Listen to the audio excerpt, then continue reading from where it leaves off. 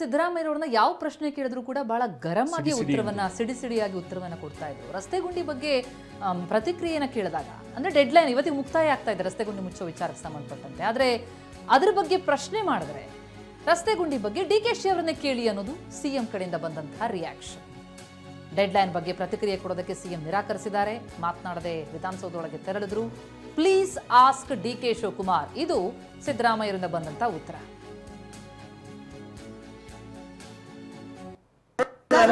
ಇವತ್ತು last date ಅಲ್ವಾ sir ಗುಂಡಿ ಮುಚ್ಚೋದಕ್ಕೆ ನೀವು ಡೆಡ್ಲೈನ್ ಕೊಟ್ಟಿದ್ರಲ್ಲ? Please ask DK Shivakumar, please ask DK Shivakumar, please ask DK Shivakumar.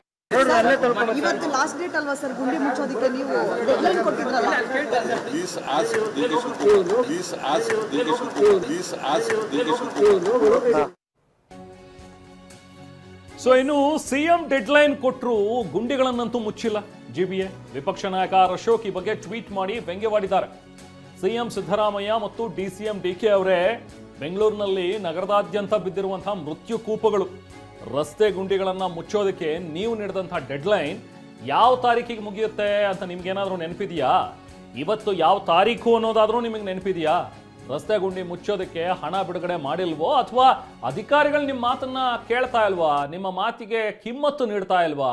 ಇದೊಂದು ನಾಲಾಯಕ್ ಸರ್ಕಾರ, ನೀವು ಅಸಮರ್ಥ ಮಂತ್ರಿಗಳು ಅನ್ನುವಂಥ ಒಂದು ಮಾತುಗಳನ್ನು ಹೇಳ್ತಾ ಇವತ್ತು ಟ್ವೀಟ್ ಮಾಡಿ ಅಶೋಕ್ ಆಕ್ರೋಶವನ್ನು ವ್ಯಕ್ತಪಡಿಸಿದ್ದಾರೆ. ಇನ್ನೆಷ್ಟು ದಿನ ಈ ಥರದ ಒಂದಷ್ಟು ನೋವುಗಳನ್ನು ಜನ ಅನುಭವಿಸಬೇಕು? ಸಾರ್ವಜನಿಕರು ಹಿಡಿ ಶಾಪ ಹಾಕ್ತಾ ಇದ್ದಾರೆ ಕಾಂಗ್ರೆಸ್ಗೆ, ಸರ್ಕಾರಕ್ಕೆ ಅಂತ ಹೇಳಿ ಹೇಳಿದ್ದಾರೆ ಅಶೋಕ್. ಸಿಎಂ ಸಿದ್ದರಾಮಯ್ಯ ಹಾಗೂ ಡಿಸಿಎಂ ಡಿಕೆ ಶಿವಕುಮಾರ್ ಅವರೇ ಬೆಂಗಳೂರಿನಲ್ಲಿ ನಗರಾದ್ಯಂತ ಬಿದ್ದಿರುವ ಮೃತ್ಯುಕೂಪದ ರಸ್ತೆ ಗುಂಡಿಗಳನ್ನು ಮುಚ್ಚಲು ತಾವು ನೀಡಿದ ಡೆಡ್ಲೈನ್ ಯಾವ ತಾರೀಕಿಗೆ ಮುಗಿಯುತ್ತೆ ಅಂತ ನೆನಪಿದೆಯಾ? ಇವತ್ತು ಯಾವ ತಾರೀಕು ಅಂತ ನಿಮಗೆ ಗೊತ್ತಿದೆಯಾ? ರಸ್ತೆ ಗುಂಡಿ ಮುಚ್ಚಲು ಹಣ ಬಿಡುಗಡೆ ಮಾಡಿಲ್ಲವೋ ಅಥವಾ ಅಧಿಕಾರಿಗಳು ನಿಮ್ಮ ಮಾತಿಗೆ ಕಿಮ್ಮತ್ತು ನೀಡುತ್ತಿಲ್ಲವೋ? ನಾಲೈಕ್ ಸರ್ಕಾರ ಹಾಗೂ ಅಸಮರ್ಥ ಮಂತ್ರಿಗಳು. ಇನ್ನೆಷ್ಟು ದಿನ ಸ್ವಾಮಿ ಈ ಬಂಡವಾಳು?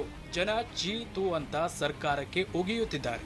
ಸಾರ್ವಜನಿಕರು ಕಾಂಗ್ರೆಸ್ ಸರ್ಕಾರಕ್ಕೆ ಶಾಪ ಹಾಕುತ್ತಿದ್ದಾರೆ. ರಾಜೀನಾಮೆ ಕೊಟ್ಟು ಮನೆಗೆ ಹೋಗಿ, ಕರ್ನಾಟಕ ಉಳಿಸಿ.